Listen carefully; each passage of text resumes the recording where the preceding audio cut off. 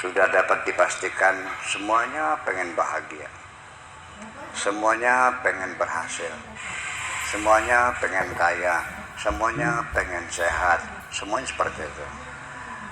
Itu dalam imajinasi kita.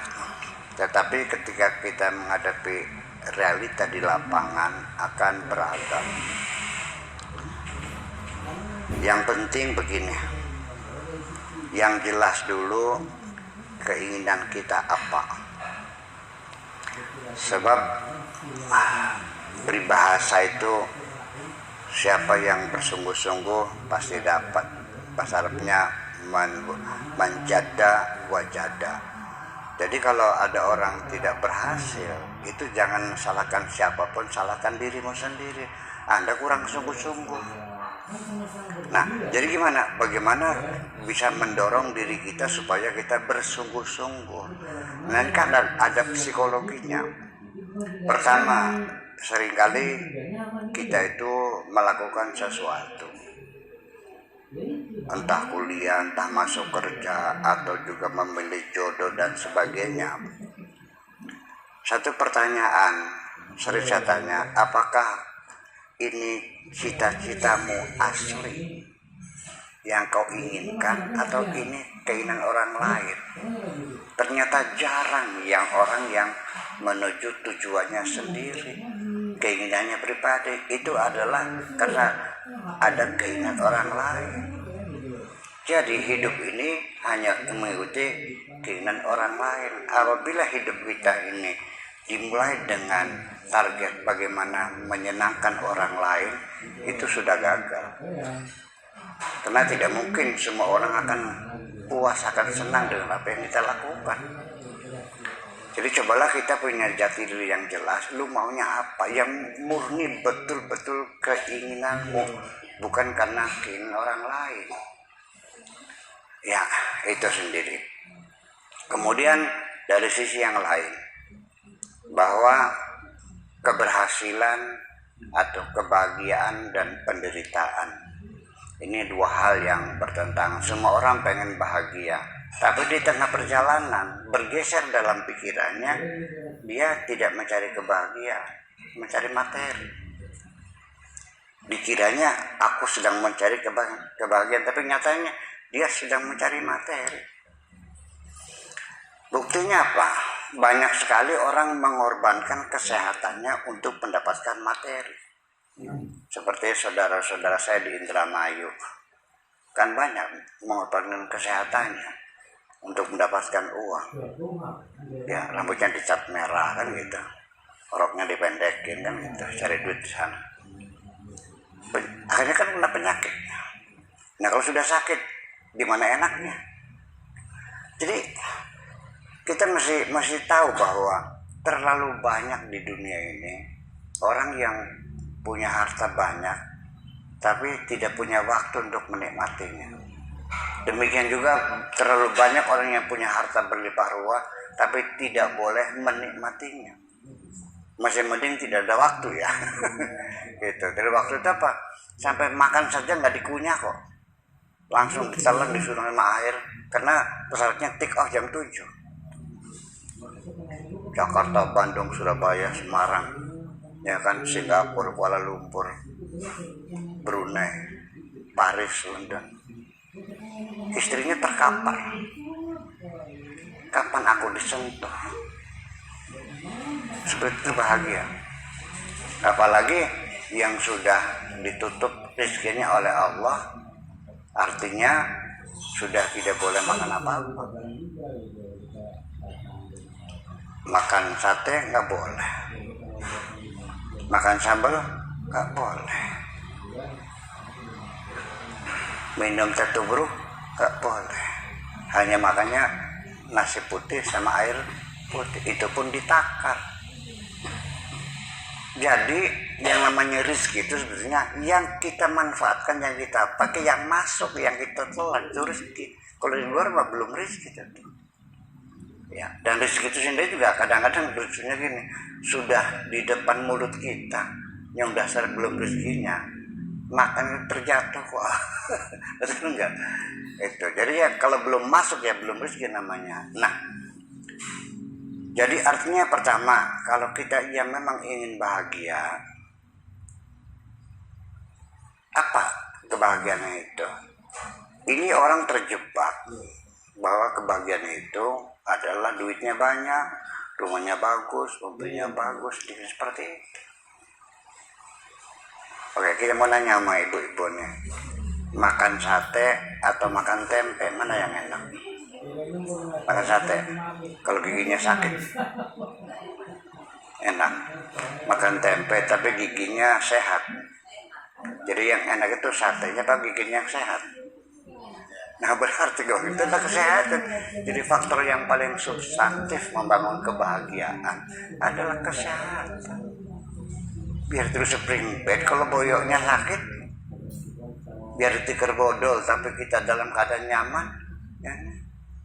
Nah makanya ke depan ya kita masih harus tahu diri bahwa silakan cari materi tapi jangan mengorbankan kesehatan dong. Terlalu bodoh kalau kita mencari materi dengan mengorbankan kesehatan.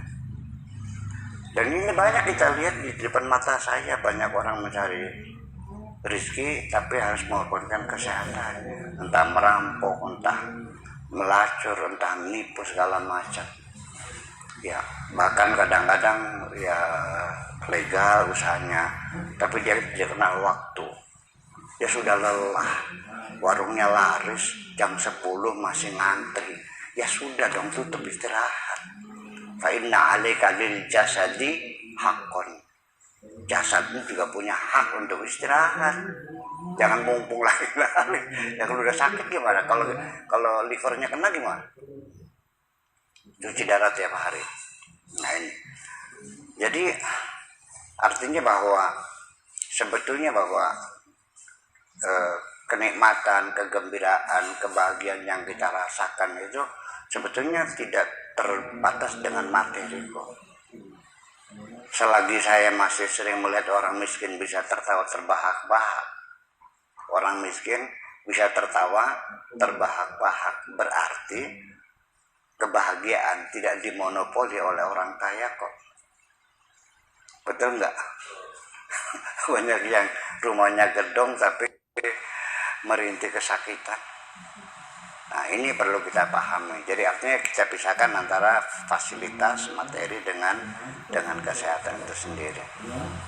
Nah kemudian kenyamanan, kegembiraan, kenikmatan yang kita makan, yang kita pakai, sesungguhnya tidak mesti harus berkelas tinggi, harus nggak mesti tasnya pakai Hermes, nggak mesti kacamatanya Ray-Ban, nggak mesti sepatunya Billy, nggak mesti mobilnya itu Rolls Royce, nggak mesti makannya dengan sate, sambal goreng, tempe pun jadi.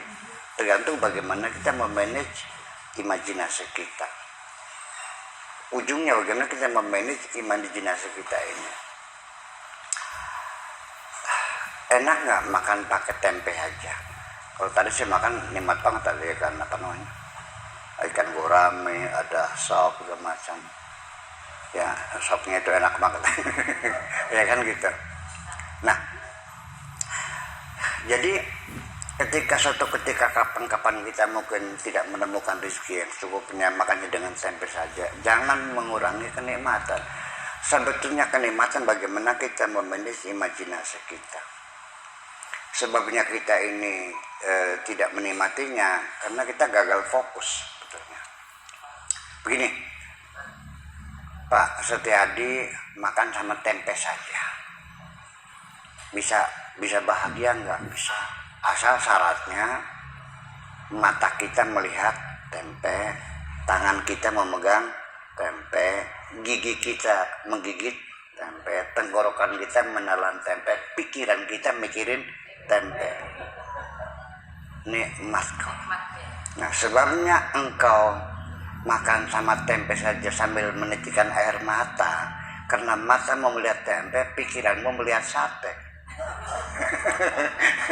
Enggak. Ini kan masalah sesungguhnya. Jangan dikira orang yang rumahnya gubuk, yang itu, yang tukang kuli pikul di pasar, mereka bahagia kok. Ya, yang sering saya ceritakan dalam ceramah-ceramah saya itu, tokoh legendarisnya Wakaji Carmun yang sawahnya 80 hektar, pembantunya 26, meja makannya 4x8, segala masakan dibuat. Tapi ketika mengambil sate, istrinya marah, lupa diri. Begitu ngambil sambal juga ditarik tangannya, Anda makronis. Ya, mau minum teh tubruk aja, kata istrinya, kalau mau modar lah, tapi jangan hari ini, kerandanya lagi dipakai soalnya, napasnya kan kencing manis. Sudah orangnya kurus, tidurnya kayak obat nyamuk, napasnya keluar sulingnya lagi. Makanya hanya nasi 2 sendok juga ditakar sama air putih. Mau kita punya sawah 80 hektar, pembantunya 26, meja makannya 4x8. Kalau ini meja makannya 2 meter, 1,5 kali 1. Ini 4x8 meter. Artinya sambal goreng, dendeng, bergedel, toko kental, keripik, kerupuk, opak, lantak, tapi tidak ada mesin makan. Ternyata yang gemuk-gemuk pembantunya kok. Itu. Jadi apa sih kebahagiaan itu? Sebetulnya kenyamanan di hati ini kok sebetulnya. Jadi kalau kita sudah siap menerima apapun pemberian Tuhan dan kita syukuri, itu kita sudah berada di pintu kebahagiaan. Ya, akhirnya itu. Sebab kita sendiri juga sebetulnya kenapa kita hidup nggak pernah nyaman? Karena kita selalu berpikir ingin mendapatkan sesuatu yang belum kita miliki. Ada orang pakai mobil Rolls Royce, pengen Rolls Royce. Ada orang naik haji, pengen naik haji. Ada orang bikin rumah, pengen bikin rumah. Jadi setiap hari dia memikirkan sesuatu yang belum dimilikinya. Tetapi yang sudah dimilikinya tidak pernah disyukurinya kok. Betapa kita menderitanya. Dan sampai kapan kita seperti itu? Istri ada, rumah ada, ya kan? Penghasilan ada. Kok kenapa? Nah, ini makanya nanti saya ingin gabung antara kebahagiaan dengan penderitaan. Di tengahnya nanti kita olah psikologi emosi. Gini, ya, begini.